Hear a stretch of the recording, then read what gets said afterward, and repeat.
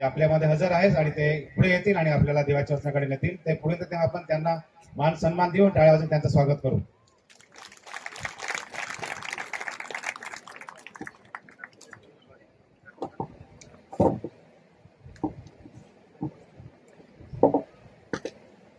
सलाम पुन्हा एकदा. तुमचा आवाज येत नाही हो मला.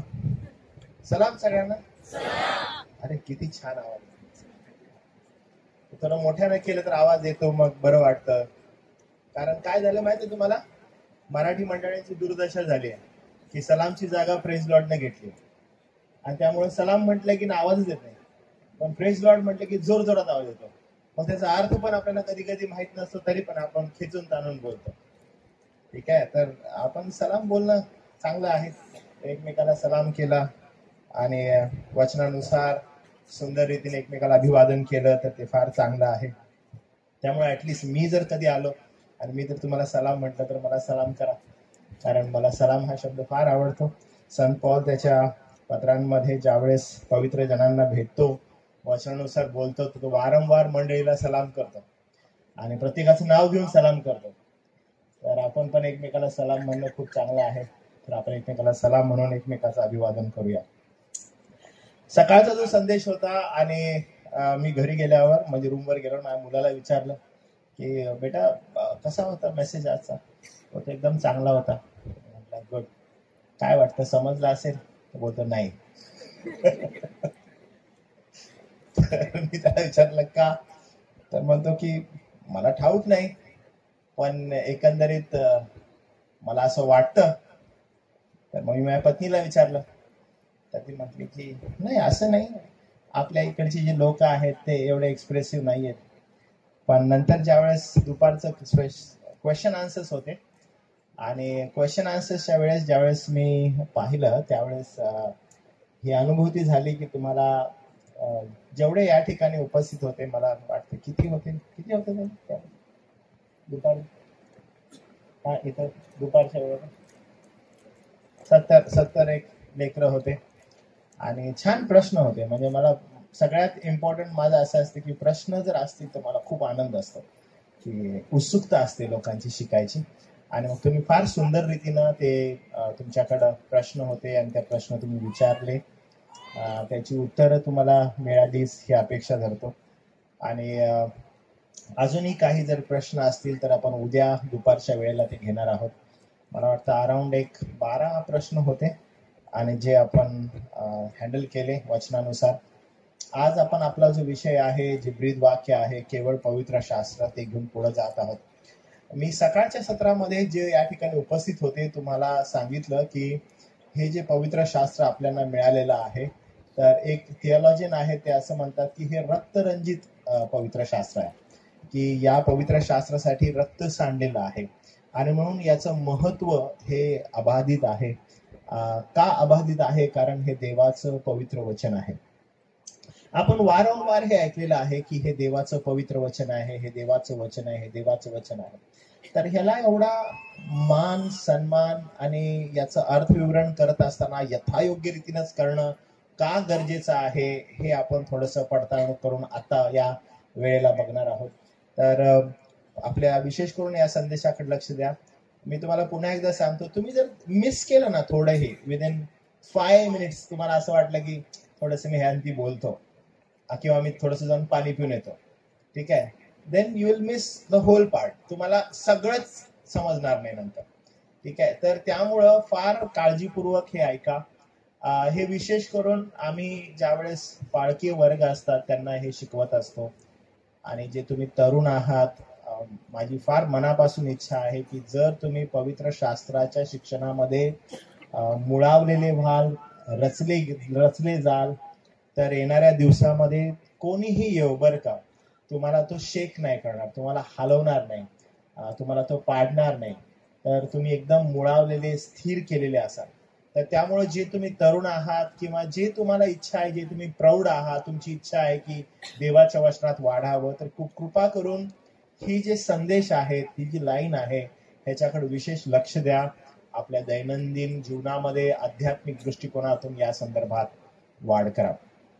तर आपण आपल्या मुख्य जे ब्रीद वाक्य आहे तिकडं आपण जाऊया. तिमोथेचं दुसरं पत्र याचा 3रा अध्याय आणि वचन 16. तुमच्या पवित्र शास्त्रामध्ये असं लिहिलेलं आहे का की प्रत्येक परमेश्वर प्रेरित शास्त्रलेख असं लिहिलेलं आहे की प्रत्येक ईश्वर प्रेरित शास्त्रलेख असं लिहिलेलं आहे? तुमच्या बायबलमध्ये काय भाषांतर आहे? प्रत्येक परमेश्वर प्रेरित आहे का ईश्वर प्रेरित आहे? परमेश्वर प्रेरित आहे. ओके, तर मग तुम्ही आरवी व्हर्जन वापरताय बायबलचं. ओके, मग तुम्ही आरवी रिवाइज व्हर्जन बायबलचं वापरता. जे ओल्ड व्हर्जन आहे त्याच्यामध्ये प्रत्येक ईश्वर प्रेरित शास्त्रलेख असा आहे. दोन्ही शब्द बरोबर आहेत, ठीक आहे, त्याच्यामध्ये काहीच चुकीचं नाहीये. पण माझी इच्छा होती की आपण सर्वांनी एकत्र बोलावं, त्यामुळे मी म्हणत आहे. तर आपण मग वाचूया का ते तुमच्या बायबलच्या अनुसार? ओके, बर, एकत्र वाचूया. बरं, तुमच्या बायबलमध्ये तुम्ही पहा. ओके, प्रत्येक संगती वाचूया बरं का, संगती बोलूया आपण. प्रत्येक परमेश्वर प्रेरित शास्त्रलेख सद्बोध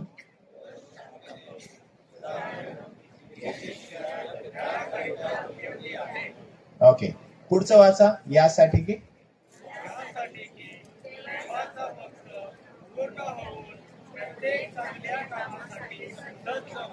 मला असं दिसतंय की त्या भागामध्ये बायबल कुणाकडे नाहीये का? बहिणींकडे बायबल नाहीये? मग तुमचा आवाज काय येत नाहीये? ओके, 17 वचन सगळेजण मिळून वाचा. बहिणींनो तुमचा आवाज मोठा करा. भावांनो तुम्ही जरा थांबा, आपण बहिणींचा आवाज ऐकूया. ओके, बहिणींनो सगळ्या बहिणी एकत्र वाचतील बर का. ओके, 17 वचन. यासाठी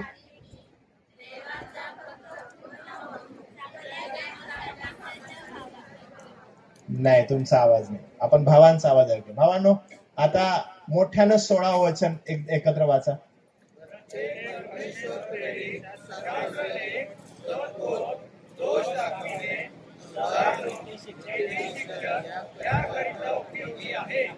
व्हेरी गुड. तर तुमचे आता आपण अशी प्रॅक्टिस करणार आहोत. प्रत्येक वेळेस ज्यावेळेस इथे येऊ 2 दिवस आपण कॉम्पिटिशन लावूया कुणाचा आवाज मोठा आहे, ठीक आहे. आणि मग कुणाचा आवाज ज्यांचा मोठा असेल त्यांना माझ्याकडून गिफ्ट मी देतो बरं का. मी देतो खरंच गिफ्ट, आणि मी तुम्हाला सगळ्यांना गिफ्ट देईन जर तुम्ही योग्य रीतीनं प्रतिसाद दिला तर. नाहीतर मग माझं गिफ्ट मी परत मुंबईला घेऊन जाईल. या संदेशाकडे आपण पुढे जात असताना जर समजा तुमच्यातील कोणी ऑफेंड झालं, ऑफेंड म्हणजे तुम्हाला लोकांना वाईट वाटलं. ओके, मी तुम्हाला वैयक्तिक ओळखत नाही कुणाला, पण जर समजा तुम्हाला वाईट वाटलं, तुम्हाला दुःख झालं, तर ते होऊ द्या. मी तुमच्याकडून क्षमा नाही मागणार, ठीक आहे. ते तुमच्यासाठी चांगलं आहे. तुम्हाला वेदना होणं आवश्यक आहे. जर तुम्हाला या वचनाद्वारे येणाऱ्या दुःख वाटलं, बरं नाही वाटलं, अनकम्फर्टेबल वाटलं, तर ते सहन करा, कारण ते तुमच्या आध्यात्मिक जीवनासाठी फायद्याचं आहे. जर तुम्हाला तुमचं पाप दिसलं तर पश्चाताप करा, कारण ते गरजेचं आहे. हे वचन सांगण्या अगोदर मी तुम्हाला कळवत आहे. कारण का? सकाळचा संदेश आठवा की लोक आज अनेक जण केवळ पवित्र शास्त्र हा जो विषय आहे हा मुद्दामपणे टाळत आहेत. आणि मुद्दामपणे टाळण्याचं कारण हे आहे कारण आजच्या काळात अनेक लोक अनुभव आहेत, स्वतःचे वैयक्तिक अनुभव, काही परंपरा आहेत ज्या चालत आलेल्या आहेत, काही दृष्टांत आहेत, काही वर्तुळ, काही स्वप्न त्यांना पडत आहेत, आणि त्यामुळे ते काय करत आहेत, त्यामुळे ते मुद्दामपणे पवित्र शास्त्र जे आहे त्याच्याकडेच कानडोळा करत आहेत. आणि ज्यावेळेस एकत्र जमत आहेत ते कोणतं तरी एखादं वचन घेतील, पण वचन घेतल्यावर ते स्वतःच्या स्वप्नांकड, दृष्टांतांकड, किंवा माझ्यासाठी येशू कसा बोललेला आहे या गोष्टींविषयी ते सांगू लागतील. आणि मग वचनासंदर्भात किंवा वचनाच्या फोडी संदर्भात, त्याच्या अर्थ विवरणासंदर्भात ते बोलणारच नाहीत. आणि हे फार मोठ्या प्रमाणात सध्या घडत आहे. आणि अशा वेळेस हा विषय हाताळणं की केवळ पवित्र शास्त्र हे आपल्यासाठी एवढं महत्वाचं आहे. जसं की एखाद्या वाळवंटामध्ये एखादा मनुष्य पाण्यासाठी तडपतो आणि त्याला पाणी मिळत नाही, आणि जेव्हा तो आता मृत्यू होणारच आहे त्याचा, त्यावेळेस कोणीतरी येऊन त्याला थंड पाण्याचा ग्लास देतात. त्यामुळे आपली जी अवस्था आहे ती आपली अवस्था बिलकुल आजच्या या युगामध्ये तशाच प्रकारची झालेली आहे. कारण आज ख्रिस्ती विश्वासामध्ये बहुतांश लोक याच पवित्र शास्त्राकडे मुद्दामपणे कानडोळा करून त्याला बाजूला सारत आहेत. पण हे समजणं आवश्यक आहे ख्रिस्ती विश्वासाचं हे अबाधित मूलतत्व आहे की येशू ख्रिस्ताने प्रेषितांनी पवित्र आत्म्याच्या प्रेरणेने लिहिलेल्या वचनावर हे आधारित आहे. म्हणजे याच्यामध्ये प्रभू येशू ख्रिस्ताविषयी प्रेषितांनी पवित्र आत्म्याच्या मार्गदर्शनाखाली लिहिलेलं हे पुस्तक आहे. म्हणून हे अबाधित सत्य पुस्तक तुम्हाला आणि मला वाचणं, त्याचं अध्ययन करणं हे अत्यंत महत्वाचं आहे. जसं की वाळवंटामध्ये पाण्याच्या शोधात असणारा एखादा व्यक्ती. हे जे संदेश आहेत हे तुमच्यासाठी तशाच प्रकारचे आहेत. कारण आज केवळ पवित्र शास्त्र आणि केवळ पवित्र शास्त्राकडे पाहणं हे एवढं महत्वाचं झालेलं आहे. दुपारच्या सत्रामध्ये ज्यावेळेस प्रश्न होता त्यावेळेस कुणीतरी हा प्रश्न विचारला ऑथॉरिटी संदर्भात, की आज ज्या अनेक गोष्टी चालू आहेत त्या संदर्भात. सकाळच्या सत्रामध्ये पण मी याचा उल्लेख केलेला होता की इंग्लिशमध्ये असं म्हटलेलं आहे, all scripture is breath of God. जे 16 वचन आहे ते, की प्रत्येक ईश्वर प्रेरित ज्याला आपण म्हणतो तो ब्रेथ ऑफ गॉड आहे, परमेश्वराचा श्वास आहे. तर परमेश्वराचा श्वास जो आहे याचा अर्थ काय आहे की प्रत्येक आध्यात्मिक दृष्टिकोनातून जो कोणी जिवंत राहू इच्छितो, ज्याला असं वाटतं की मी आत्मिक जिवंत मनुष्य आहे, तर त्याच्यामध्ये श्वासोश्वास असणं आवश्यक आहे. जर आपल्यामधील कोणी डॉक्टर आहे तर त्यांना माहित असेल की काय होतं, एखादा मृत्यूमुखी पडतो, त्याचं अंग थंड पडतं, तर सगळ्यात पहिला जर जाऊन तो व्यक्ती काही चेक करतो त्याचा श्वासोश्वास चालू आहे का. जर व्यक्ती मृत्यू झालेला आहे याचा अर्थ काय की त्याचं ऑक्सिजन घेणं बंद झालेलं आहे, त्याचा श्वासोश्वास बंद झालेला आहे आणि त्यामुळे त्याला मृत्यू घोषित करण्यात येतं. आध्यात्मिक मृत्यू अशाच प्रकारचा आहे की जर एखादा व्यक्ती आत्मिक मृत आहे, त्याच्यामध्ये आध्यात्मिक रीतीचं कोणत्याही प्रकारचं फळ दिसत नाही, आणि ते फळ जर कोणतं आहे तर सगळ्यात पहिली गोष्ट अशी आहे की त्याच्यामध्ये श्वासोश्वास असायला पाहिजे. आणि तो श्वासोश्वास दुसरा कोणताही नसून ते देवाचं वचन आहे. प्रत्येक ईश्वर प्रेरित शासन आहे. म्हणजे तो इनहेल करणारी गोष्ट किंवा आतमध्ये घेणारी गोष्ट जर कोणती आहे तर तो श्वास आहे. बाहेर सोडणारी गोष्ट जर कोणती आहे तर तो श्वास आहे. पण त्याचा अर्थ काय तर ते देवाचं वचन. देवाचं वचन हे त्यानं आतमध्ये घेणं, देवाचं वचन त्यातून बाहेर येणं, हे आत्मिक असण्याचं एकमेव चिन्ह आहे. म्हणून ऑल स्क्रिप्चर असं म्हटलंय, प्रत्येक स्क्रिप्चर. आता प्रत्येक स्क्रिप्चर म्हटल्यावर उत्पत्तीपासून प्रगटीकरणापर्यंत हे काय आहे तर देवाचा श्वास. हो, आता हे अद्भुत आहे बरं का. आता ज्या गोष्टींकडे आपण चाललेलो आहोत ते फार महत्वाचं आहे. आपण आता येशू ख्रिस्त याच्याविषयी काय म्हणतो ते जरासं चेक करूया. येशू ख्रिस्त मत्तेचं शुभवर्तमान याचा 5वा अध्याय आणि 17व वचन काय म्हणतं बघा. तुमच्याकडे जर बायबल असेल तर कृपा करून पट करून मोठ्याने वाचा, कारण ते आवश्यक आहे. पट करून वाचा बरं कोणीतरी, किंवा तुम्ही सुरू करा, मी लगेच चालू करतो इथून बोलायला. 17 वचन. बरं, मी रिपीट करतो बरं का दादा, सगळ्यांना आवाज दिल्यासाठी. ओके. नियमशास्त्र किंवा संदेशांचे ग्रंथ रद्द कराव्यास मी आलो आहे असे तुम्हाला वाटते काय? असं समजू नका. तो म्हणत आहे मी रद्द कराव्यास नव्हे तर पूर्ण कराव्यास आलो आहे. बरं, हे कोण म्हणत आहे बरं? खुद्द प्रभू येशू ख्रिस्त. तो म्हणत आहे मी नियमशास्त्र किंवा संदेशांचे ग्रंथ रद्द करायला आलोय का? तो बोलतो नाही, मी ते पूर्ण करायला आलोय. बरं, ते पूर्ण कुणामध्ये होतात बरं? ते पूर्ण त्या स्वतःमध्ये होतात. तुम्हाला उदाहरण देतो. याच 5वा अध्याय, 6वा अध्याय, 7वा अध्याय, 8वा अध्याय याच्यामध्ये तुम्ही बारीक रीतीने प्रभू येशू ख्रिस्ताचं जीवनक्रम बघा. त्याच्यामध्ये प्रभू येशू ख्रिस्त काय काय करत आहे बघा. तो डोंगरावर प्रवचन देतो, तो लोकांना बरं करतो, कुष्ठरोग्यांना बरं करतो, 10 लोकांना बरं करतो, आणि तो आज्ञा देत असतो. तो असं म्हणतो जाऊन याजकांना दाखवा, ह्याच्या पुढे पाप करू नका. तो कुष्ठरोग्यांना बरं केलं असं म्हणतो मोशेच्या नियमशास्त्रात लिहिल्याप्रमाणे अर्पण जाऊन करा. त्याच्याकडनं एक तरुण मुलगा आहे तो श्रीमंत, आणि तो म्हणतो सार्वकालिक जीवन मिळावं म्हणून मी काय करावं? आणि येशू ख्रिस्त त्याला म्हणतो तुला तर आज्ञा ठाऊक आहेत. त्याला म्हणतो तुला आज्ञा ठाऊक आहेत. तो म्हणतो ते आम्ही बालपणापासून करतोय. मग तो म्हणतो पूर्ण हो पाहतोस काय? आता पहा हे किती विलक्षण आहे. सार्वकालिक जीवन कोण आहे बरं? खुद्द प्रभू येशू ख्रिस्त. तो तरुण मुलगा येतो आणि म्हणतो सार्वकालिक जीवन मिळावं म्हणून मी काय करावं? उत्तर सोपं आहे, चल माझ्या मागं हो, माझ्यावर विश्वास ठेव, तुला सार्वकालिक जीवन मिळेल. येशू त्याला काय म्हणतो? नाही नाही, तू काय कर, तुला संदेष्टांचे सगळे नियम माहित आहेत, तुला आज्ञा ठाऊक आहे? तो बोलतो हो, मी लहानपणापासून करत आहे. ही गोष्ट तुम्ही समजून घ्या, जो वर प्रभू येशू ख्रिस्त या पृथ्वीवर होता त्यानं एकही आज्ञेचं उल्लंघन केलं नाही. त्यानं सगळे नियम स्वतःमध्ये पूर्ण केले. म्हणजे जुन्या कराराविषयी तो असं म्हणतो, तुम्ही नियमशास्त्र संदेष्टांचे ग्रंथ उघडून बघा, कुणाविषयी बोलतात? तो बोलतो माझ्याविषयी बोलतात. म्हणजे जुना करार जर तुम्ही घेतला, कुणाविषयी बोलतो? तो बोलतो माझ्याविषयी बोलतो. तो म्हणतो मी रद्द करायला आलोय? बोलतो नाही, मी पूर्ण करायला आलोय. त्याने संपूर्ण जुना करार, संपूर्ण संदेष्टांचे ग्रंथ, नियमशास्त्र कुणामध्ये पूर्ण केलं? स्वतःमध्ये. एकदा मी असंच एका आमच्या मीटिंग मध्ये, सेमिनार मध्ये मी प्रश्न विचारला आणि विचारलं की नवीन कराराची सुरुवात कधी होते बरे? तर आमच्यातील काही जण जे हुशार आहेत ते असे म्हणाले की मार्काचं शुभवर्तमान, कारण ते पहिलं लिहिलं गेलं.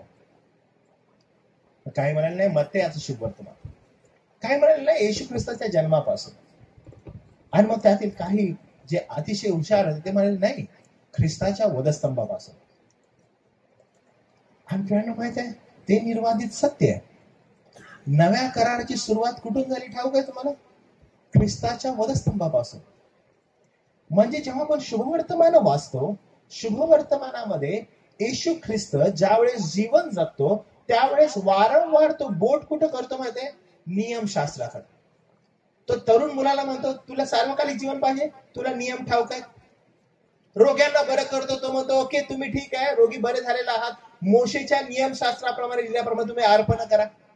ओ तुम्ही मंदिरात, हो तो जात आहे, सुनता तो करवून घेत आहे. प्रत्येक गोष्ट जी आहे ती स्वतःमध्ये पूर्ण करत आहे. नियमशास्त्र स्वतःमध्ये तो पूर्ण करत आहे. कुठं वर? जोपर्यंत तो वधस्तंभावर जात नाही तोवर. आणि मग आपण कलसेकरास पत्र, मला वाटतं दुपारच्या सत्रामध्ये आपण हे पाहिलं, कलसेकरास पत्र याचा दुसरा अध्याय वचन 13 पासून ज्यावेळेस आपण पाहतो त्याच्यामध्ये असं लिहिलेलं आहे, त्याने वधस्तंभावर जाऊन सर्व विधी, सत्ताधीश आणि जे आपल्याला प्रतिकूल असणारे विधी होते त्यांना त्याने वधस्तंभाला खिळून रद्द केले. तिथवर नवा करार आलेला होता, तिथवर जुना करार होता, ओल्ड कव्हनंट, आणि तो तिथवर चालू होता. जो प्रस्थापित होता तो स्वतःमध्ये पूर्ण करत होता. आता हे किती अद्भुत आहे बघा. जुन्या करारातील सर्व वचने जर कुणाविषयी बोलतात तर ते एकाच विषयी, आणि तो म्हणजे प्रभू येशू ख्रिस्त. आता हे किती अद्भुत आहे बघा. इथून आता आपण पुढे जात आहोत. नवीन करार कुणाविषयी बरे? नवीन करार कुणा संदर्भात दिलेला आहे? आता इथून पुढची वचनं फारच विलक्षण आणि जबरदस्त आहेत. इब्री लोकास पत्र याचा पहिला अध्याय वचन 1 पासून 3 पर्यंत आपण वाचूया. इब्री लोकास पत्र याचा पहिला अध्याय वचन 1 आणि 2 वाचूया आपण. बघा बरं काय लिहिलेलं आहे त्या ठिकाणी. देव प्राचीन काळी हा. अंशाने व प्रकाराप्रकाराने संदेशाच्या द्वारे आपल्या पूर्वजांशी बोलला. आता बघा या ठिकाणी काय लिहिलंय. देव प्राचीन काळी म्हणजे जुन्या करारामध्ये प्राचीन काळी देव अंशांनी आणि प्रकारांनी बोलला. तर आता या ठिकाणी बघा तुम्ही थोडेसे जवळ आलेला आहात माझ्या, मला तुम्ही सांगा जरासे एखादं उदाहरण की देव प्रकारांनी बोलला. म्हणजे कोणकोणते प्रकार होते बरं त्याच्यातले? कोणीतरी मला सांगेल का पट करून एखादा प्रकार देव बोलला त्याच्यातून, देव त्याच्यातून बोलला असा काही प्रकार जुन्या करारामधला? हा बरोबर, आठवलं तुम्हाला? झुडपातून बोलला, अग्नीद्वारे. झुडूप जळत होतं आणि झुडपातून वाणी आली आणि देव बोलला. अजून काहीतरी, अजून काही? मेघातून वाणी आली तेव्हा तो बोलला. ओके, अग्निस्तंभ मेघस्तंभ होते त्यातून बोलला. देव संदेशांच्या मुखातून बोलला, आठवलं तुम्हाला? संदेशांच्या द्वारे देव बोलला. वाव, किती सुंदर आहे. म्हणजे देव प्रकारांनी बोलत होता, त्याचं अस्तित्व तो दाखवत होता. विशेष करून संदेशांकरवी ज्यावेळेस बोलत होता त्यावेळेस संदेश जे आहेत ते लिखित स्वरूपात लिहित असायचे. जी काही वाणी यायची ती वाणी ते लिहून काढायचे. अरे लिहायचं, देवाची वाणी आम्हाला लिहायची आहे. आणि मग आपण जुन्या करारामध्ये संदेशांचे ग्रंथ वाचतो. देव अंशाने आणि प्रकारांनी आपल्या पूर्वजांशी बोलला. आता हे विलक्षण आहे. पुढे असं लिहिलंय, या काळाच्या शेवटी तो आपल्या पुत्राकरवी बोलला आहे. ग्रामरकडे लक्ष द्या बरं का. या काळाच्या शेवटी तो आपल्या पुत्राकरवी बोलला आहे, बोलत आहे, बोलणार आहे. ठीक आहे, हे ग्रामर मधले शब्द आहेत. तर या ठिकाणी लिहिलंय की तो या काळाच्या शेवटी आपल्या पुत्राकरवी बोलला आहे, फुल स्टॉप. म्हणजे देव प्राचीन काळी बोलला. ओके, प्राचीन काळी बोलला, अंशाने प्रकारांनी बोलला. आता बघा, या बोलण्याविषयी प्रभू येशू ख्रिस्त काय बोलला? मगाशी आपण बघितलं, वाचलं. जुन्या कराराविषयी प्रभू येशू ख्रिस्त काय बोलला? ते कुणाविषयी बोलतात? कुणाविषयी बोलतात? तो येशू ख्रिस्त काय म्हणतो? ते माझ्याविषयी बोलतात. तो काय म्हणतो? ते मी रद्द करायला आलोय का? नाही, मी ते कशासाठी आलोय? पूर्ण करायला आलोय. म्हणजे देव अंशांनी प्रकारांनी संदेष्टांच्या करवी बोलला. कुणाविषयी बोलला? प्रभू येशू ख्रिस्ता संदर्भात. इब्री लोकासपत्र शेवटला जो पहिला अध्याय त्याचं दुसरं वचन असं म्हणतं, या काळाच्या शेवटी तो आपल्या पुत्राकरवी बोललेला आहे. ओके, पुत्राकरवी बोलला काळाच्या शेवटी. संदेष्टांचं झालं, ओके झालं. आता कुणाकरवी बोलला? तो लास्ट, तो येशू करवी बोलला. आणि त्याच्याविषयी योहान असं म्हणतो, प्रारंभी शब्द होता, शब्द देवासह होता, शब्द देव होता, आणि त्या शब्दानं देहधारी होऊन आमच्यामध्ये येऊन तो राहिला. त्यानं देवाचं गौरव आम्हाला प्रगट केलं. तुम्हाला कळत आहे किती अद्भुत आहे बघा. तो कोण होता? तो देवाचा शब्द होता, आणि तो आम्हाला प्रगट झाला आणि त्यानं आम्हामध्ये वस्ती केली. वाव, हे कसं रिलेट आहे बघा सगळं. ओके, हे किती अद्भुत रीतीने सिंक्रोनाइज होत आहे बघा, की हे दुसरं तिसरं काही नसून देवाचा शब्द आला, तुम्हामध्ये वस्ती झाला, आणि जे जे तुम्हाला करायचं आहे, जे जे आवश्यक आहे ते त्यानं सांगितलं, ते तो बोलला. आता हे आपल्या डोक्यामध्ये फिट करून घ्या की हे जे आपल्याकडे आहे हे लास्ट आहे. याच्यानंतर ह्याच्यामध्ये कोणी भर टाकू शकत नाही आणि याच्यातून कोणी काढून घेऊ शकत नाही. कारण या पुस्तकाचा प्रारंभ प्रभू येशू ख्रिस्त, या पुस्तकाचा शेवट प्रभू येशू ख्रिस्त. याच्याशिवाय दुसरं काहीच नाही. आता या ठिकाणी घटना काय होत आहेत माहितीये का? हे जर कुणाविषयी लिहिलेलं आहे तर येशू ख्रिस्त म्हणतो हे माझ्याविषयी लिहिलेलं आहे. ओके, आता बघा, हे बायबल कुणाविषयी आहे बरं? कुणाविषयी आहे बायबल? बरोबर आहे पण कुणाविषयी? अरे जरा जोरात बोला, मला ऐकायला येत नाही. आता दिसायला पण कमी झालंय. तुम्ही जर जोरात बोलले तर मला ऐकायला येईल. कुणाविषयी लिहिलंय? येशू विषयी, येशू ख्रिस्ताविषयी. आता तुम्ही मजेशीर गोष्ट बघा ह्याच्यामध्ये काय होतं. आपण मनुष्य, दुपारचा जो प्रश्न होता, आपण मनुष्य एवढे भ्रष्ट आहोत की या पुस्तकामध्ये तुम्ही आणि मी कुणाला शोधतो माहिती आहे? स्वतःला. आपण बायबल खोललं, आपण म्हणतो माझ्यासाठी काय आहे? हा, हे वचन माझ्यासाठी, हे वचन माझ्या आईसाठी, हे वचन माझ्या बापासाठी, हे वचन अमुकसाठी, हे वचन तमुकसाठी. तुम्हाला माहिती आहे अख्खं पवित्र शास्त्र कुणाविषयी बोलतं? प्रभू येशू ख्रिस्त. दुसरं कोणच नाही. जर तुम्हाला आध्यात्मिक जीवनात वाढायचंय, जर तुमची आध्यात्मिक प्रगती होणं आवश्यक आहे, तर उत्पत्तीच्या पहिल्या ग्रंथापासून तुम्हाला प्रगती करण्याच्या शेवटल्या पुस्तकापर्यंत तुम्हाला एकच गोष्ट शोधायची, ती कोणाची माहिती आहे का? प्रभू येशू ख्रिस्त. मी मागच्या आठवड्यात गुड फ्रायडे होता त्यावेळेस त्या फॅशन वीक मध्ये मी कोल्हापूरमध्ये होतो आणि असं संदेश चालू होता आणि अचानक मी त्या लोकांना एक उदाहरण दिलं, जे उदाहरण मी तुम्हाला देतो. हे युट्यूबला व्हिडिओ अवेलेबल आहे बरं का. तुम्हाला सर्वांना डीजेस दिनाकरण माहित आहे. ओके, सगळ्यांना माहित आहे की तुमच्यातील काही लोक 3,000 रुपये त्यांना पाठवत असतील, ते प्रार्थना वगैरे करायला सांगतात. आणि मग तो एक व्यक्ती आहे. आणि दुसरा आहे बेनिहिन. बेनिहिन पण तुम्हाला लोकांना माहित आहे, पांढरा कोटवाला, पांढरी केस आहेत बघा, कोट फिरून पाडतो लोकांना. ओके, ते दोघांचे इंटरव्ह्यूज आहेत. तर हे दोघं ना एकत्र बसलेत. युट्यूबला अवेलेबल आहे बरं का, हे तुम्ही बघा आणि ते दोघांची नावं पण लिहून घ्या. आणि मग ना डीजे दिनाकरन स्वर्गात जाऊन आले असं त्यांचा विश्वास आहे आणि असं ते लोकांना सांगतात. आणि मग ते त्या ठिकाणी बसले आहेत आणि बेनी हिन त्यांची इंटरव्ह्यू घेतात. आणि बेनी हिन त्यांना विचारते, मी डिक्टो ऍक्टिंग करून सांगतो तुम्हाला कसं विचारत आहे. मग बेनी हिन त्यांना विचारतो की हाऊ इज हेवन. तर मग डीजे दिनाकर म्हणतात, वंडरफुल ब्रदर, व्हेरी नाईस, खूप छान आहे. काय काय देतात? रोड्स सोन्याचे, छानपैकी झाडी, शांत सगळं वातावरण. कुणाकुणाला भेटलास तू? पेत्र, पॉल, याकूब, ऍट लास्ट येशू. You met Jesus. तर त्याला, तू येशूला भेटला? तर म्हणतो हा. तर त्याला विचार, येशू माझ्याविषयी काय बोलला बरं? तू माझ्याविषयी विचारलास का?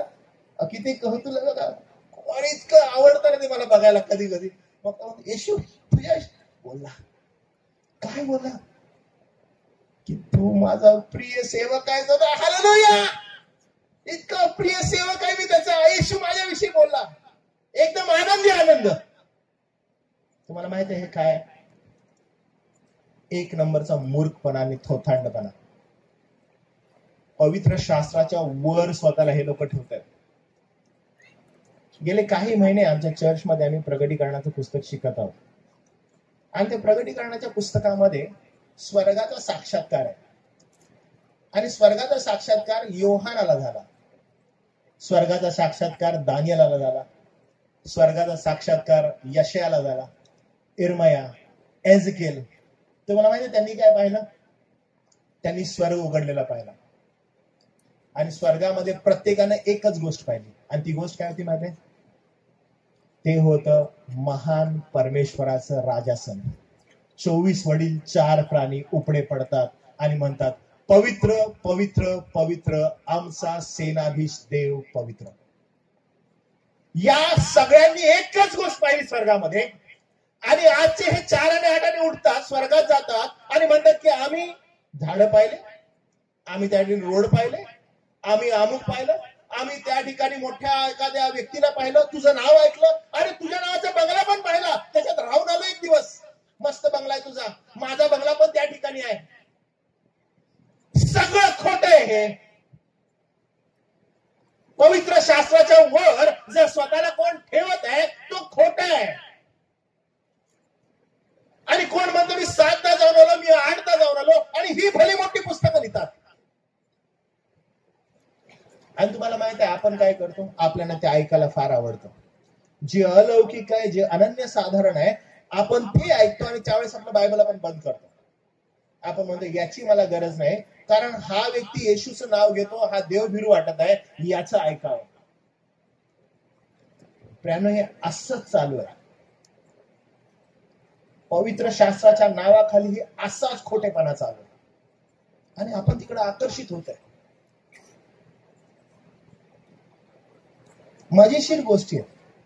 उदाहरणामध्ये बघा की काही जण होता, एक जण होता आमच्या सेमिनार मध्ये आलेला, आणि आमचं सेमिनार चालू होता आणि सेमिनार मध्ये आला, चालू झाला आणि वचन शिकवणारा होता वाटतं. आणि तो सारखा म्हणायचा, मला माहित आहे तुमच्याकडे खूप, तुम्हा लोकांकडे जे तुम्ही फॅकल्टी आहात, तुमच्या फॅकल्टीजकडे खूप ज्ञान आहे, तुम्ही खूप ज्ञानाने शिकवताय, पण मला एका गोष्टीचं उत्तर द्या, कायनाची बायको कोण होती? तो प्रत्येक सेशनला आला, म्हणायचा प्रश्न आहे. काय प्रश्न? कायनाची बायको कोण होती? तर आमचे सर आहेत, ते सर उभे राहिले, ते त्याला म्हणाले, तुझं लग्न झालंय? ते म्हणले माझं लग्न झालंय. तुला कायनाच्या बायको मध्ये काय इंटरेस्ट आहे एवढा? म्हणजे कधी कधी जे लोक आहेत, याचं उत्तर आहे पवित्र शास्त्रामध्ये, पण कधी कधी काही लोक विनाकारण, म्हणजे जी गरज नाही, म्हणजे ती खणत बसायची, त्याच्यामध्ये काय लिहिलंय हे बघायचं. मला नवीन प्रगटीकरण झाले काहीतरी. तुम्हाला माहिती आहे शास्त्रामध्ये एकच प्रगटीकरण आहे, जुना करार, नवीन करार. कुणाविषयी लिहिताय? उत्तर सोपं आहे, प्रभू येशू ख्रिस्त. दुसरं कुणाविषयीच नाही बरं का. तुम्ही जर कोणतंही वचन काढला त्या कोणत्याही वचनाचा संदर्भ जोडायला चालू केला तर प्रत्येक जोडणारा जो संदर्भ आहे तो एकाच गोष्टीकडे तुम्हाला घेऊन जाईल आणि तो म्हणजे प्रभू येशू ख्रिस्त, दुसरं काहीच नाही. तुम्ही जुन्या करारातील कोणतीही स्टोरी घ्या, जर कुणाविषयी संबोधित करते प्रभू येशू ख्रिस्त आहे. पण आपण एवढे भ्रष्ट आहोत की आपण वारंवार जर पवित्र शास्त्र उघडलं तर या पवित्र शास्त्रामध्ये स्वतःला शोधण्याचा प्रयत्न करत असतो. उदाहरणामध्ये मी तुम्हाला सांगतो बघा, इर्मया 29:11 आपल्याला खूप वचन आवडतं. तुझ्याविषयी माझ्या मनात जे संकल्प आहेत हिताचे आहेत. आपण माझ्यासाठी आहे. तुम्हाला माहिती आहे त्याच्या अगोदर श्राप आहेत. आपण म्हणतो माझ्यासाठी नाहीयेत. आपण किती शार्प आहे बघा, किती भ्रष्ट आहोत आपण. आपण काय करतो, जे मला पाहिजे, जे माझ्या मनाला पोषक आहे ते मी घेणार. आमच्या एका सेमिनारमध्ये अशा स्थितीने एक मुला मुलींचं सेशन होतं आणि त्याच्यामध्ये अविश्वासणाऱ्यांबरोबर विवाह करणं हे किती भयानक आहे, त्यांच्यात संबंध जोडणं हे किती भयावह आहे हे त्या ठिकाणी आम्ही सांगत होतो. आणि अविश्वासणाऱ्या लोकांबरोबर कोण संबंध जोडतं, कोण आहेत ते, या संदर्भात खूप कडक शब्दात आम्ही शिक्षण दिलं. त्यानंतर एक तरुण मुलगी माझ्याकडे आली सेशन संपल्यानंतर आणि मला म्हणाली, दादा एक गोष्ट आहे बोलायची आहे. यस बोल. मला ती म्हणाली की 7 वर्ष झालं माझ्या एका मुलाबरोबर प्रेम आहे आणि मला त्यांची लग्न करायचं आहे. आणि मी तिच्याकडे पाहिलं आणि खूप चांगली मुलगी, विश्वासणारी अशी होती.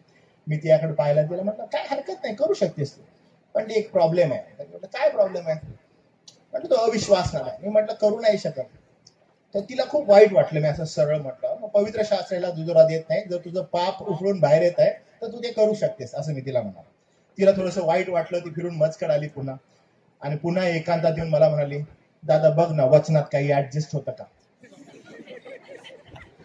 कुठंतरी घुसवून बघ काहीतरी होतं का, काहीतरी होईल बघ, कुठंतरी ऍडजस्ट कर. मग मी त्याला लग्न अगोदर बुडवते, काहीतरी बघ, काहीतरी ऍडजस्ट कर. म्हटलं होऊच नाही शकत, शास्त्र दुजोरा देत नाही, शास्त्र नाही म्हणतं. फ्रेंड, कधी कधी आपण आपल्या वासना देवाच्या वचनाच्या अधिक वर जाऊन ठेवतो आणि त्याला प्राधान्य देतो. मी पुन्हा एकदा आज तुम्हाला हे सांगतो, हे फार आवश्यक आहे की हे पवित्र शास्त्र तुम्हाला प्रभू येशू ख्रिस्ता संदर्भात सांगतं. आणि प्रभू येशू ख्रिस्त जेव्हा या पृथ्वीवर जाणार होता त्या अगोदर त्यानं शिष्यांना एकत्रित घेऊन त्यांना सांगितलं योहानाच्या शुभवर्तमानामध्ये, या गोष्टी मी तुम्हाला सांगितलेल्या आहेत, त्या तुम्हाला कदाचित आत्ता समजणार नाहीत, जेव्हा मी माझं गौरव होईल तेव्हा त्या गोष्टी तुम्हाला समजतील. आणि त्यासाठी तुम्ही यरूशलेम सोडू नका, पवित्र आत्मा तुम्हावर येईल, तुम्हाला सामर्थ्य प्राप्त होईल, त्यावेळेस तुम्हाला समजेल ते शिक्षण मी तुम्हाला दिलेलं आहे. आणि तोपर्यंत शिष्यांना ठाऊक होतं का? नाही. पेत्र, याकोब, योहान कुठं अडकलेत माहितीये का? ज्यावेळेस येशू त्यांना गेतसेमानीत घेऊन जातो, झोपी गेलेत. पेत्र म्हणत आहे की चला आता यरूशलेमेला जायचं, युद्ध करायचं, रोमी साम्राज्यावर अधिकार वाजवायचा आणि येशू हा राजा होणार, मी त्याचा सरसेनापती होणार. आणि म्हणून येशूला तो म्हणतो, येशू एवढ्या तलवारी घेऊया का? येशू त्याला म्हणत आहे, तुला समजत आहे का तू काय म्हणत आहे? ज्यावेळेस गेतसेमानीमध्ये सगळे पकडायला येतात तो त्यांना म्हणतो की काय आत्ता चढून जायचं का यांच्यावर? त्याचा दृष्टिकोन फक्त दैहिक आहे. आणि येशू जे राज्य स्थापना संदर्भात म्हणत आहे ते आध्यात्मिक आहे. परिस्थिती या ठिकाणी आपल्याला फार वेगळी दिसत आहे. पुन्हा एकदा प्रत्येक जण त्याच्याकडे दैहिक दृष्टिकोनातून पाहत आहे. येशूनं जी शिकवण त्याला द्यायची होती, मंडळीची जी स्थापना करायची होती, मंडळीला जसं पवित्रीकरणामध्ये पुढे चालवायचं होतं, याचे अद्भुत निर्देश जे आहेत, अद्भुत शिक्षण जे आहे ते या शिष्याला त्यानं ऑलरेडी दिलेलं. आणि त्यामुळं येशू ख्रिस्ताची जी शिकवण आहे, येशू ख्रिस्ताला जे काही सांगायचंय मंडळी संदर्भात ते त्यांना सांगितल्यानंतर ज्यावेळेस पवित्र आत्मा आला त्यावेळेस काय घटना घडल्या, तर सर्वात महत्वाचं आहे बघा या ठिकाणी पुढे लिहिलेलं. आपण ते वचन वाचूया. योहानाचं शुभवर्तमान याचा 17वा अध्याय किंवा 14वा अध्याय वाचा. योहानाचं शुभवर्तमान याचा 14वा अध्याय आणि वचन 23 पासून पुढे.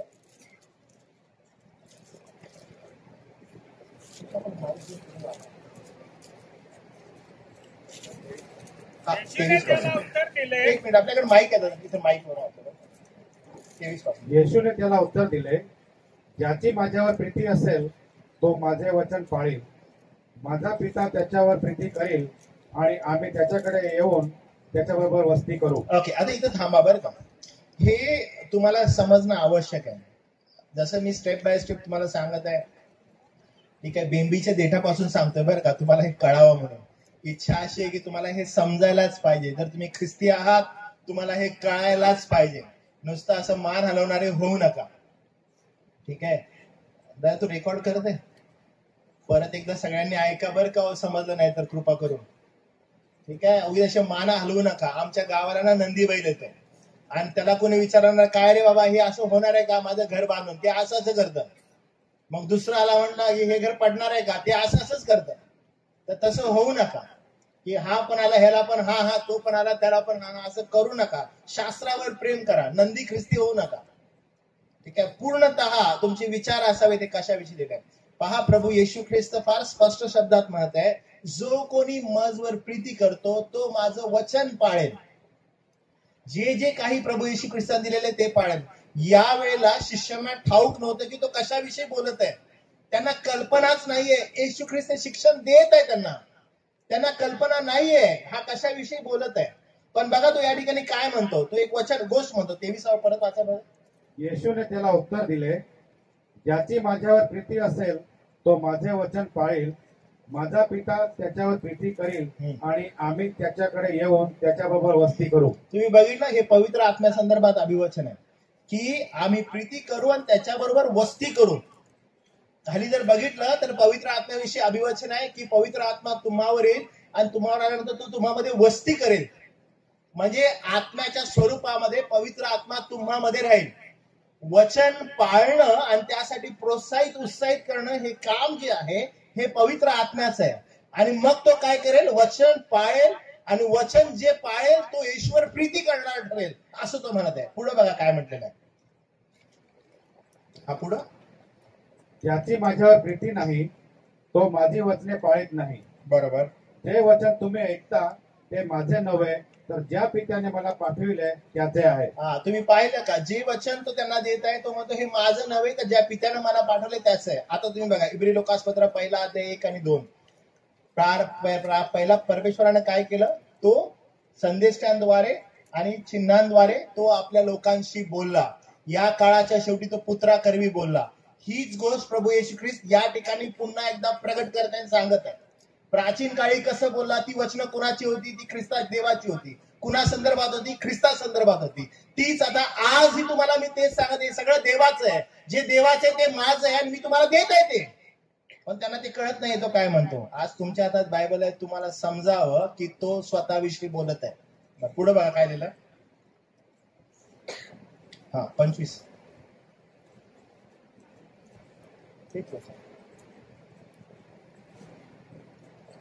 मी तुम्हाजवळ राहत असताना हा तुम्हाला या गोष्टी सांगितल्या आहेत. बरोबर. हा वाचत. तरी ज्याला पिता माझ्या नावाने पाठवेल हा तो कैवारी म्हणजे पवित्र आत्मा तुम्हाला सर्व काही शिकवेल आणि ज्या गोष्टी मी तुम्हाला सांगितल्या त्या सर्वांची तुम्हाला आठवण करून ओके, देईल. कोण करून देईल बरं? पवित्र आत्मा. तो कुणाला म्हणत आहे? तो शिष्यांना सांगत आहे की आता मी गेल्यानंतर या गोष्टी तुम्हाला समजत नाहीत. मी गेल्यानंतर पवित्र आत्मा येईल आणि जे जे मी तुम्हाला आज्ञा दिलेलं आहे त्याची तो तुम्हाला आठवण करून देईल. कुणाला? शिष्यांना. तुम्हाला सगळ्यांना नाही बरं का, मला नाही. तो म्हणजे शिष्यांना तो ही गोष्ट सांगत आहे पर्टिक्युलरली. तो म्हणजे तुम्हाला ही आठवण करून देईल. असं का तो म्हणत असेल बरं? कारण उर्वरित जी पुस्तकं, जे ग्रंथ तुमच्या आणि माझ्याकडे आहेत, ज्याला 27 पुस्तकं आपण म्हणतो, ही पुस्तकं कुणी लिहिलेली आहेत? तर शिष्यांनी लिहिलेली आहेत.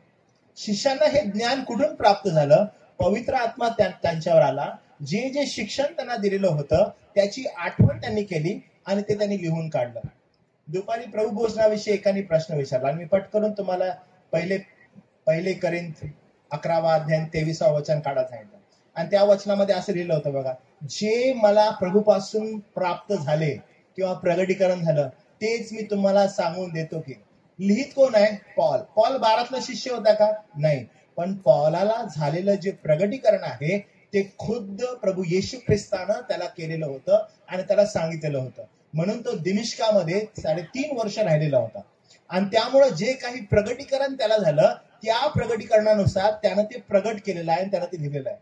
त्याला कोणीच सांगितलं नाही. म्हणून तो हे वारंवार त्याच्या पत्रात नमूद करतो की दिमिश्कानंतर ज्यावेळेस मी यरुशलेमेला गेलो त्यावेळेस मी प्रथम पेत्राला भेटलो. प्रथम बर का, किंवा त्याला असं कुणी ज्ञान दिलं नाही किंवा कुणाजवळ त्यानं बसून ऐकून तो शिकला नाही, तर खुद्द प्रभू येशू ख्रिस्तानं दर्शन देऊन त्याला शिकवलेलं आहे. म्हणून आता जे आपण वाचत आहे ते सेम आहे की प्रभू येशू ख्रिस्त म्हणत आहे की पवित्र आत्मा येईल, तुम्हाला सामर्थ्य प्राप्त होईल आणि मग जे जे मी तुम्हाला आज्ञा दिलेलं आहे ते तुम्ही लिहाल, ते तुम्हाला कळेल, ते तुम्हाला समजेल आणि त्याच माझ्या आज्ञा आहेत. हे कुणाविषयी आहे? पुन्हा एकदा लक्षात ठेवा, हे प्रभू येशू ख्रिस्ताविषयी. आता आपण खाली जाऊ 16व्या अध्यायामध्ये बरं का, आणि 7 वचनापासून पुढे, योहानाचा 16वा अध्याय 7 वचनापासून पुढे. तरी मी तुम्हाला खरे ते सांगतो, हा, मी जावे हे तुमच्या हिताचे आहे. ओके, प्रभू येशू ख्रिस्त जात आहे आणि तो शिष्यांना ही गोष्ट सांगत आहे, मी जावं हे तुमच्या हिताचं आहे. कारण मी न गेलो बोलतो मी न गेलो तर कैवारी तुमच्याकडे येणार तर नाही. कैवारी तुमच्याकडे येणार नाही. कैवारी म्हणजे दुसरा कैवारी. पहिला कैवारी प्रभू येशू ख्रिस्त, दुसरा कैवारी पवित्र आत्मा. तो म्हणतो दुसरा कैवारी तुमच्याकडे येणार नाही. आणि तो येऊन काय करेल? मी गेलो तर हा, त्याला तुमच्याकडे पाठवेल. बरोबर. तो तो येऊन येऊन काय करणार? पापाविषयी, बघा तो असं म्हणतो, तो येऊन पापाविषयी, नीतिमत्वाविषयी नीतिमत्वाविषयी व न्याय निवड्याविषयी व न्याय निवाड्याविषयी जगाची खात्री तो करेल. बोलतो जगाची खात्री करेल. पवित्र आत्मा येईल आणि तो जगाची खात्री करेल. तो येणं आवश्यक आहे पवित्र आत्मा. आता ही गोष्ट कुणाकरवी करेल? तो म्हणतो तुमच्याकरवी करेल. कारण का? पुढे वाचा आता काय लिहिलंय. ते माझ्यावर विश्वास ठेवीत नाही. हा, यावरून पापाविषयी ओके, मी पित्याकडे जातो आणि यानंतर तुम्हाला मी दिसणार नाही. हा, यावरून नीतिमत्वाविषयी हा, आणि या जगाच्या अधिपतीचा न्याय झाला आहे, यावरून न्याय निवड्याविषयी मी अद्याप तुम्हाला पुष्कळ गोष्टी सांगाव्याच्या आहेत. आता बघा इथे तो काय म्हणताय, पुन्हा अजून मला पुष्कळ गोष्टी सांगावयाच्या आहेत. म्हणजे येशूला पुष्कळ गोष्टी अजून कळवायच्या होत्या हा पहिल्या कैवारीला. पण येशू काय म्हणत आहे बघा शिष्यांना, तो असं म्हणतो मला पुष्कळ गोष्टी सांगायच्या आहेत, परंतु आता तुमच्याने त्या सोसवणार नाही. पण तो म्हणतो तुमच्याने आता त्या सोसवणार नाहीत. आता मी तुम्हाला उदाहरण देतो. 14वा अध्याय पहिलं वचन जर वाचू नका बरं का, पण अभ्यास करा, अभ्यास करा, आवश्यक आहे. 16वा अध्याय पहिलं वचन वाचलं, त्याच्यामुळे तुम्हाला गोष्टी दिसतात. तो असं म्हणतो तुमचं अंतःकरण अस्वस्थ होऊ नये, विश्वास ठेवा, माझ्यावर विश्वास ठेवा. 14व्या वचनावर पहिलं वचन असं म्हणतो की तुम्ही आता थोड्याच वेळात अस्थिर होणार आहे, तुम्हाला प्रॉब्लेम्स होणार आहेत, घाबरू नका. हे का बोलत आहे? कारण आता तो पकडला जाणार आहे आणि त्याला डांबण्यात येणार आहे. या लोकांचा विश्वास असा आहे की आम्ही रोमी लोकांचा न्यायनाट करणार आहोत आणि हा सगळा गोंधळ चालू आहे. आणि येशू ख्रिस्त त्यांना आध्यात्मिकते संदर्भात शिक्षण देत आहे, त्यांना पवित्र आत्म्या संदर्भात शिक्षण देत आहे. त्यांचं अंतःकरण जड झालंय आणि जड झाल्यामुळे ते झोपी चालले. परिस्थिती गंभीर आहे आणि येशू ख्रिस्त म्हणत की नाही, कैवारी आल्याशिवाय तुम्हाला कळणार नाही, कैवारी आल्याशिवाय तुम्हाला समजणार नाही. तुम्हाला मी सांगतो की जोपर्यंत पवित्र आत्मा तुमच्याही मनामध्ये कार्य करत नाही ना, तुम्हाला हा संदेशही समजणार नाही. म्हणजे हे माझ्याकडून लिहून घ्या की आपल्याला कळणार नाही. कारण हे सर्वसाधारण मनुष्याचं कामच नाही की देवाचं वचन आपण समजून घ्यावं. हे पवित्र आत्म्याशिवाय अशक्य आहे. कारण तोच आपल्याला उकळी फोडेल देवाच्या वचनाविषयी, तोच आपल्याला देवाच्या वचनाकडे आकर्षित करेल, दुसरं कोणच नाही. आणि म्हणून आता तो काय म्हणत आहे बघा ह्या वचनामध्ये, हे फार इम्पॉर्टंट आहे. परत ते वचन वाचा. हा, मला अद्याप तुम्हाला पुष्कळ गोष्टी सांगावायच्या आहेत, ओके, परंतु आता तुमच्याने त्या सोसवणार नाहीत. बरोबर.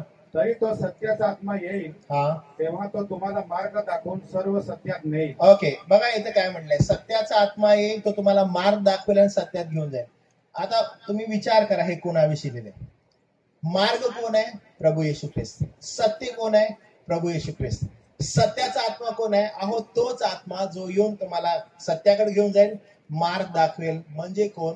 खुद्द प्रभू येशू ख्रिस्त. आणि आता ह्याचं विश्लेषण खालील वचनामध्ये प्रभू येशू ख्रिस्त करतो बघा. तो येऊन काय करेल बरं, पुढे येऊन काय करेल बरं? कारण तो आपल्या स्वतःच सांगणार नाही. पहिली गोष्ट, पवित्र आत्मा स्वतःच काही सांगत नाही. तर जे काही ऐकेल तेच सांगेल. आता जे काही ऐकेल तेच सांगेल म्हणजे कुणाचं सांगेल बरं? बघा इथं काय लिहिलेलं आहे. आणि होणाऱ्या गोष्टी तुम्हाला कळवेल. बरोबर. तो माझे गौरव करेल. तुम्ही बघा तो काय म्हणतो. पवित्र आत्मा कुणाचे गौरव करेल? प्रभू येशू ख्रिस्ताचा. तो दुसरं कुणाचं गौरव नाही करत. पवित्र आत्मा येऊन तो कुणाविषयी सांगेल बरं? पुन्हा मला सांगा, पवित्र आत्मा येऊन कुणाविषयी सांगेल? मग मला तुम्ही सांगा, आज हे लोक लोक जे आहेत ते येऊन पवित्र आत्म्यानं मला हे सांगितलं, पवित्र आत्म्यानं आज मला पिवळी साडी घातलेली आहे तिच्याविषयी काहीतरी सांगितलं, पवित्र आत्म्यानं आज मला इथं बसलेला अमुक एक व्यक्ती त्याच्याविषयी सांगितलं, पवित्र आत्म्यानं त्याच्या पाकिटामध्ये किती पैसे आहेत ते सांगितलं. हे लोक काय करत असतील बरं?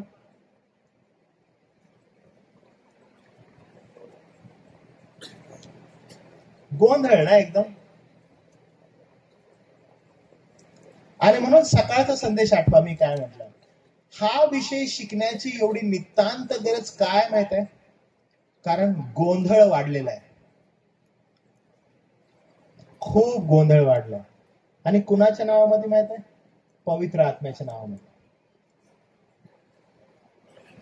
आणि वेगवेगळी कारणं, वेगवेगळे विषय घेऊन पवित्र आत्म्याच्या नावामध्ये ते मांडण्यात येतात. पवित्र आत्माच समजलेला नाहीये प्रियांनो. पवित्र आत्मा हमको ये दिखा रहा है, पवित्र आत्मा हमको ये बोल रहा है, पवित्र आत्मा स्वगौरव करत नाही. पवित्र आत्मा प्रभू येशू ख्रिस्ताचं गौरव करतो. पवित्र आत्मा येऊन स्वतःच सांगत नाही, तर जे त्याचं आहे त्यातून घेऊन तो तुम्हाला सांगतो. तुम्ही मला सांगा त्याचं काय बरं? प्रेषितांनी त्याचं जे आहे त्यातूनच घेतलं आणि लोकांना विदित केलं. त्याचं काय होतं? तो म्हणतो प्रत्येक ईश्वर प्रेरित जो शास्त्रलेख आहे तो सद्बोध, सुधारणूक, नीतिशिक्षण याकरिता उपयोगी आहे.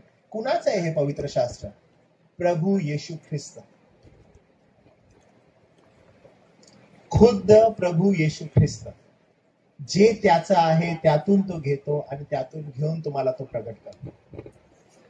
आणि या ठिकाणी हे जे 25वे वचन आहे ते त्याच प्रकारे आपल्याला प्रगट होतं. 25-26 एकत्र वाचा बरं दादा. सॉरी 25-26 आहे ना?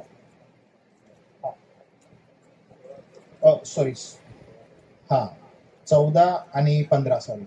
तो माझे गौरव करेल. ओके, तो माझं गौरव करेल. कारण जे माझे आहे हा, त्यातून घेऊन ते तुम्हाला बघा, कळवेल. तो माझं गौरव करेल आणि त्यातून घेऊन म्हणजे जे त्याचं आहे त्याच्यातून तो घेईल आणि माझं गौरव करेल. जे काही पिक्याचे आहे हा, ते सर्व माझे ते आहे. सर्व माझं आहे. म्हणून मी म्हणालो की हा, जे माझे आहे त्यातून घेऊन ते तुम्हाला कळवेल. आणि हे इम्पॉर्टंट आहे बरं का. हे कशाविषयी चालू आहे? हे केवळ प्रभूच्या वचनाविषयी चालू आहे. केवळ प्रभूचं वचन आहे आणि त्याच्याविषयी हे सर्व शिक्षण आहे. आणि हे सगळं शिक्षण आपल्याला त्याच ठिकाणी घेऊन जातं. केवळ पवित्र शास्त्र, केवळ प्रभू येशू ख्रिस्त. कारण पुन्हा एकदा आठवा, प्रारंभी शब्द होता, शब्द देवाचा होता, शब्द देव होता, त्यानं आम्हामध्ये वस्ती केली. पुन्हा आठवा, प्राचीन काळी देव अंशाने प्रकारांनी आपल्या पूर्वजांशी बोलला. या काळाच्या शेवटी तो आपल्या पुत्राकरवी बोलला आहे. आणि ज्यावेळेस पुत्राकरवी बोलला, पुत्रानं असं म्हणाला, मी संदेष्टांचे ग्रंथ रद्द करायला आलो नाही, मी ते पूर्ण करायला आलेलो आहे. तुम्ही शास्त्रलेख उघडून पहा, ते कोणाविषयी बोलतात? तो म्हणतो ते सर्व माझ्याविषयी बोलतात. आणि मग तो मंडळीला अभिवचन देतो, मी जाणं तुमच्या हिताचं आहे. मी न गेलो तर कैवारी तुमच्याकडे येणार नाही, तर कैवारी येईल आणि कैवारी येऊन तो स्वतःच्या मनचं सांगणार नाही, तर तो तुम्हाला सत्य आणि मार्ग दाखवेल. जे माझं आहे त्यातून तो तुम्हाला घेऊन सांगेल आणि तो तुम्हाला सत्यात पुढे घेऊन जाईल. 17वा अध्याय आणि 17वा वचन बघा काय लिहिलेलं आहे. योहानाचे शुभवर्तमान 17वा अध्याय 17वा वचन. तू त्यांना सत्यात समर्पित कर, हा, तुझे वचन हे सत्य आहे. तुम्ही पाहिलं तो काय म्हणतो? तू त्यात सत्यात समर्पित कर, तुझं वचन हेच काय आहे? सत्य आहे. किती अद्भुत रीतीनं हा प्रभू येशू ख्रिस्तांना ख्रिस्ताच्या वचनामध्ये घेऊन जाते बघा. आणि मग हे जे प्रेषित आहेत, ज्यावेळेस त्यांना पवित्र आत्मा उतरला आणि ज्यावेळेस ते लिहायला लागले आत्म्याच्या प्रेरणेने, त्यावेळेस जर त्यांनी काही लिहिलेलं आहे तर त्यांनी केवळ आणि केवळ प्रभू येशू ख्रिस्ताचं गौरव केलं. कारण का बरे? पवित्र आत्मा त्यांच्यावर जेव्हा आला तेव्हा तो पवित्र आत्मा स्वतःच काही सांगत नाही, तर जे त्याचं आहे ते घेऊन तो त्यांना प्रकट करतो. त्याचं काय आहे बरं? आठवा, प्रेषित पेत्र ज्यावेळेस उभा राहिला आणि तो भाषण देऊ लागला, त्यानं जुन्या करारातील मोशेपासून प्रारंभ केला आणि येशू ख्रिस्तामध्ये कसं पूर्ण झालेलं आहे हे पूर्णपणे त्यांना सांगितलं. पॉल ज्यावेळेस भाषणाला उठतो तो जुन्या करारातील संदर्भ घेतो आणि ते संदर्भ प्रभू येशू ख्रिस्तामध्ये कसे पूर्ण झालेले आहेत हे तो दाखवतो. जे त्याचं आहे ते कसं पूर्णत्वास आलेलं आहे ते तो दाखवतो. तुम्हाला माहित आहे आजचे सो कॉल्ड प्रीचर काय करतायत? तुम्हाला एक मजेशीर उदाहरण देतो. दादा जरासं तुम्ही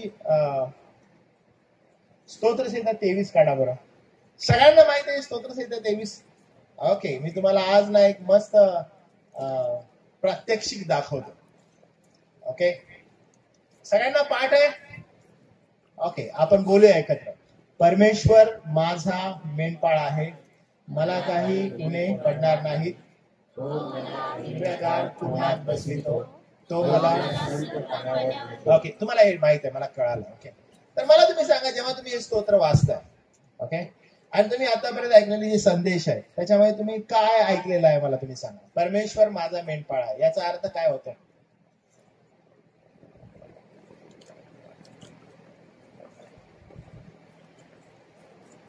सांगा लवकर पटकन. तुम्ही सांगितलं ना, मी पुढे नाही जाणार. परमेश्वर माझा मेंढपाळ आहे, मला काही उणे पडणार नाही याचा अर्थ काय होता? अहो, संदेश ऐकलेत का तुम्ही? का नाही ऐकले? ऐकले. त्याच्यावर मी तुम्हाला सांगितलं आपल्या इकडचे लोक काय करतात. काय? मग तुम्ही नक्कीच ऐकले असतील. अहो, इथं इतके जण येऊन गेले, तुम्हाला ह्याच्यावर शिकवणार नाहीत का? तुम्ही ऐकलेले असतील ना. तुम्ही दिसायला हुशार दिसता मला तसे, भले तुम्ही एक्सप्रेसिव्ह नाहीये. सांगा बरं काय असतील, मागून तरी सांगा. दोघा तिला काय संदेश ऐकले? बरोबर. पहिली गोष्ट की परमेश्वर आमचा मेंढपाळ आहे, तो आमची गरज पूर्ण करतो. हे ऐकलेलं आहे का नाही ऐकलेलं आहे? किंवा माझी गरज पूर्ण करतो. तुम्ही परमेश्वर माझा मेंढपाळ आहे, हाय, परमेश्वर माझा मेंढपाळ आहे, तो माझी गरज पूर्ण करतो, तो मला हिरव्यागार कुरणात नेतो. बरोबर आहे. तो मला संत पाण्याजवळ घेऊन जातो, तो माझा जीव ताजा तवाना करीतो. किती अद्भुत आहे तो. बरोबर आहे. आपण असंच प्रथमदर्शी घेत आहे सगळं. का माहित आहे? कारण आपण मुळात एवढे भ्रष्ट आहोत. पण मी तुम्हाला एक मजेशीर गोष्ट सांगतो. तुम्ही तुमचं बायबल खोला असं आणि ते पहा.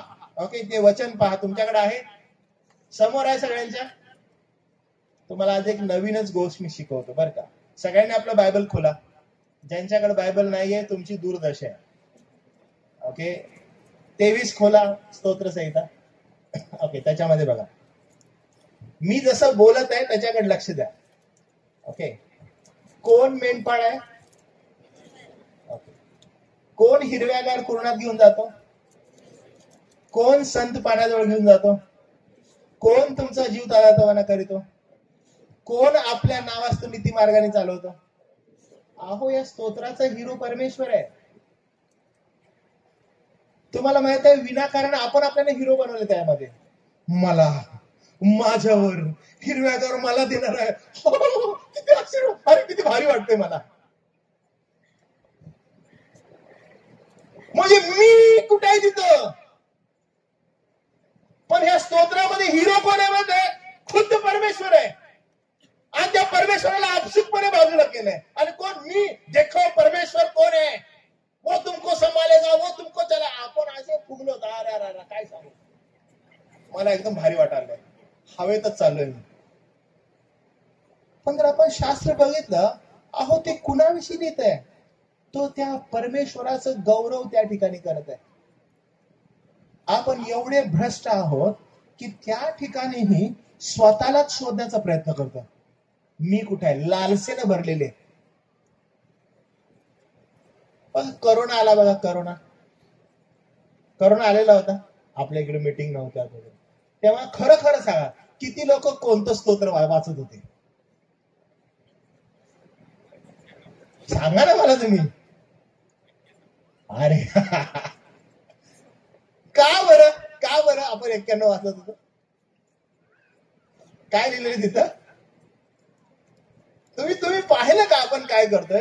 आपण स्तोत्र पण अशा रीतीने उघडतो ना की मला ते बरं वाटावं, मला ते चांगलं वाटावं.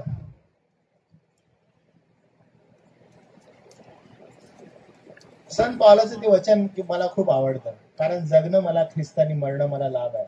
अगर देहात राहणं तुमच्यासाठी आनंददायी आहे, तुमच्यासाठी आशीर्वादाचं आहे, तर ते राहणं मी सहन करतो. मला ठीक आहे ते राहणं, पण माझा आनंद या जगामध्ये नाहीये. माझा आनंद माझ्या प्रभू बरोबर आहे. तुम्हाला माहित आहे आपण इतके भ्रष्ट आहोत. आता समजा तुम्ही रूमवर गेला, लेकरांना तुम्ही रूमवर गेला, सगळे तुम्ही प्रार्थना काय करणार माहितीये का? दे बापा थँक्यू, सकाळपासून सांभाळलंस, मारू नकोस बरं काय, उद्या सकाळ दाखव.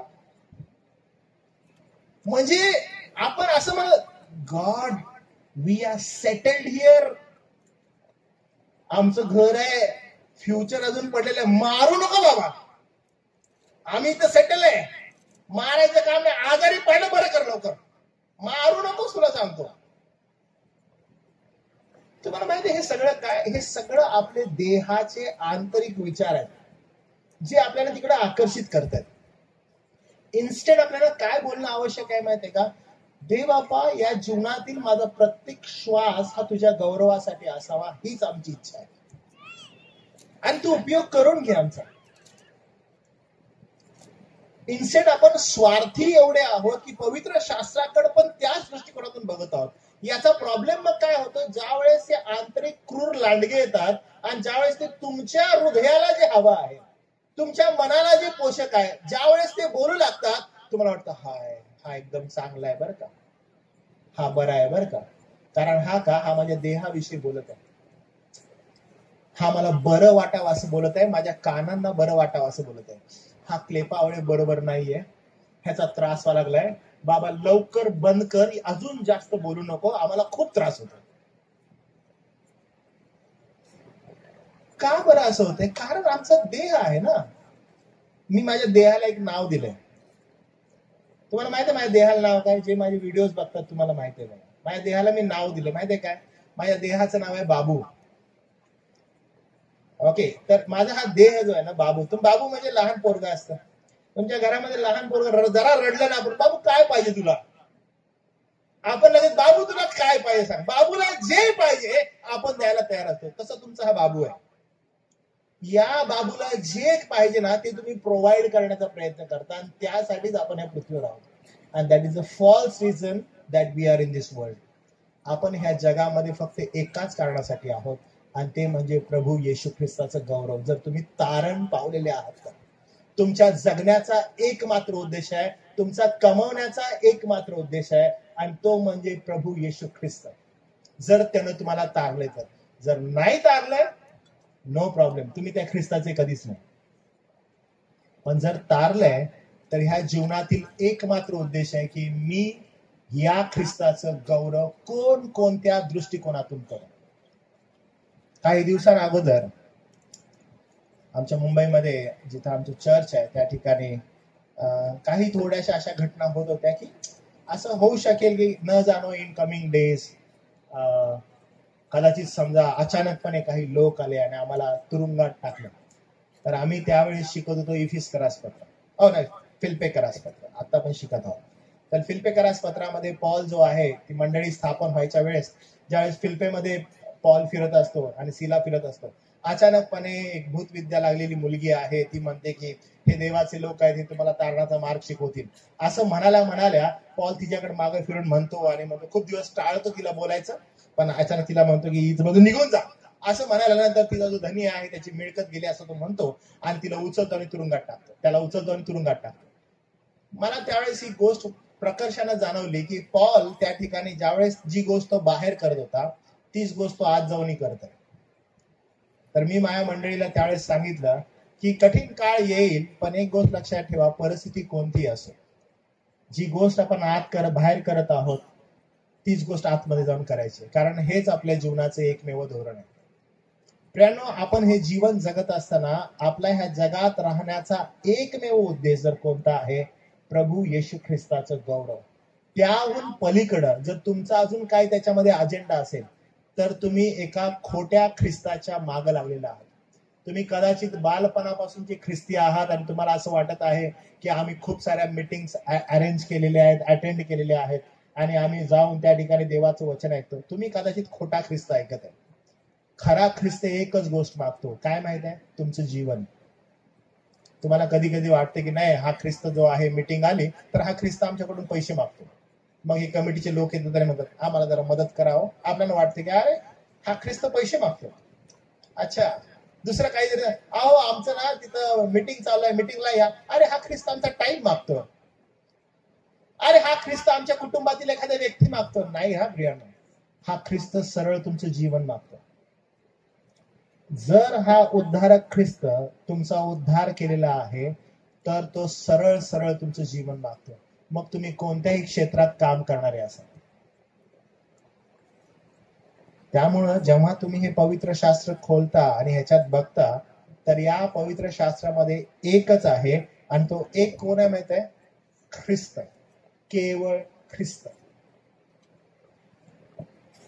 आणि मग या आपणा संदर्भात जो आपला विश्वास आहे, या संदर्भात एक गोष्ट संत पॉल इफिसच्या मंडळीला सांगतो, ते आवश्यक आहे, म्हणजे तुम्ही खोट्या सो कॉल्ड लोकांपासून सांभाळून राहाल आणि जागृत राहाल. इफिसकरास पत्र याचा 2रा अध्याय आणि 20वे वचन. इफिसकरास पत्र 2रा अध्याय आणि 20वे वचन. प्रेषित व संदेष्टे या पायावर तुम्ही रचलेले आहात. स्वतः ख्रिस्त येशू मुख्य कोनशिला आहे. बघा या ठिकाणी काय म्हणलेलं आहे, प्रेषित आणि संदेष्टे यांच्या पायावर तुम्ही रचलेले आहात. पुन्हा एकदा तुम्हाला आठवण करून देतो, प्राचीन काळी देव अंशांनी प्रकारांनी आपल्या संदेष्टांकरवी बोलला. या काळाच्या शेवटी तो आपल्या पुत्राकरवी बोललेला आहे.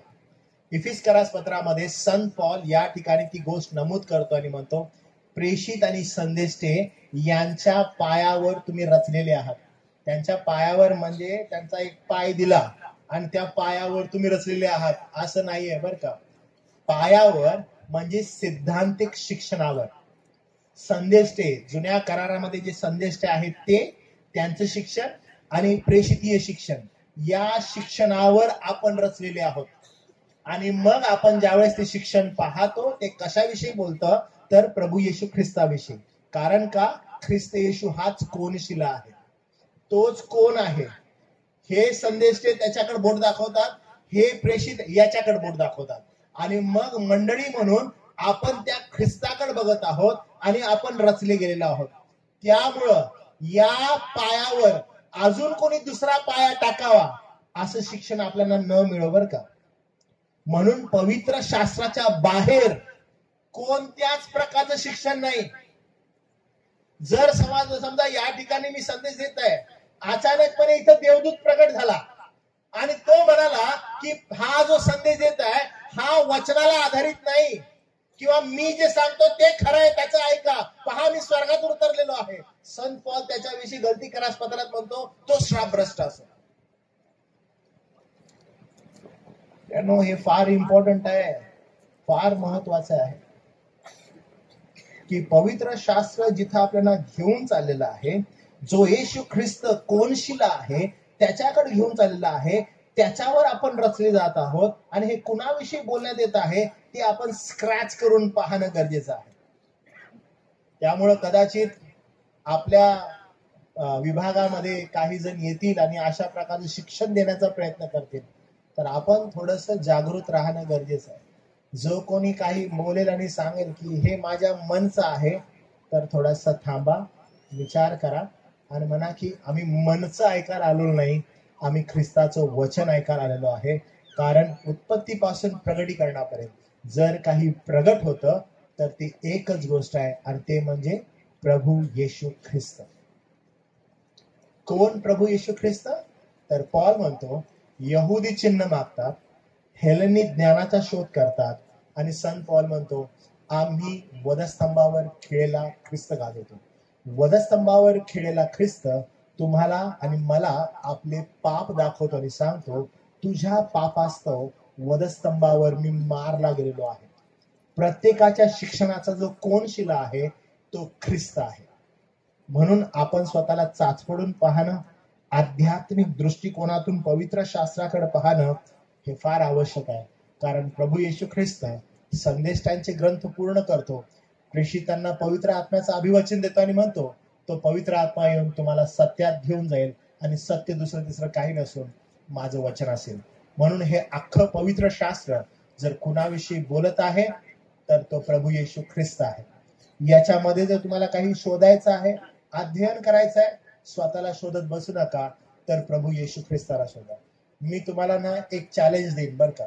तुम्ही या 2 दिवसामध्ये माझ्याकडे यायचं आणि मला म्हणायचं की दादा पाळक साहेब, तुम्ही हे वचन घ्या आणि या वचनामध्ये कसा येशू ख्रिस्त प्रगट झालेला आहे ते मला तुम्ही सांगा.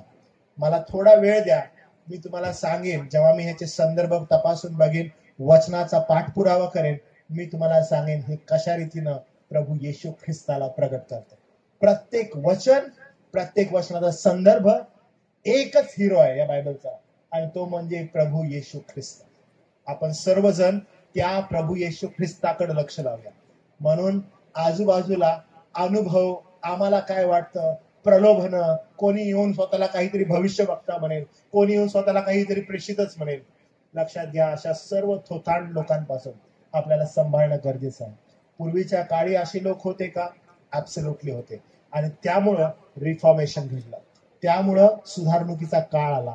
आणि त्या 15व्या शतकानंतर आज आपल्या हातामध्ये पवित्र शास्त्र आहे. आज तीच परिस्थिती आहे. त्या लोकांनी या पवित्र शास्त्र आपल्याकडे येण्यासाठी रक्त सांडलं, रक्त साक्षी झाले. आज कदाचित पवित्र शास्त्र आहे आणि आपल्याला ते बंद करायला सांगत आहेत आणि त्यांच्या वाणीकडे लक्ष द्यायला सांगत आहेत. प्रियांनो, जेव्हा कधी कुणाचा संदेश ऐकाल, पवित्र शास्त्र खुलं ठेवा, संदर्भ तपासून बघा. जर तो व्यक्ती अयोग्य प्रकारे तुम्हाला शिकवत आहे, कान बंद करा किंवा तिथून निघून जा. तिथं थांबू नका, आपला विरोध प्रदर्शित करा. कारण प्रभू येशू ख्रिस्त याच्याशिवाय दुसरं काहीच जमेस धरू नका. देव बाप तुम्हावर कृपा करो आणि हे वचन समजण्यासाठी तुम्हाला सहाय्य करो.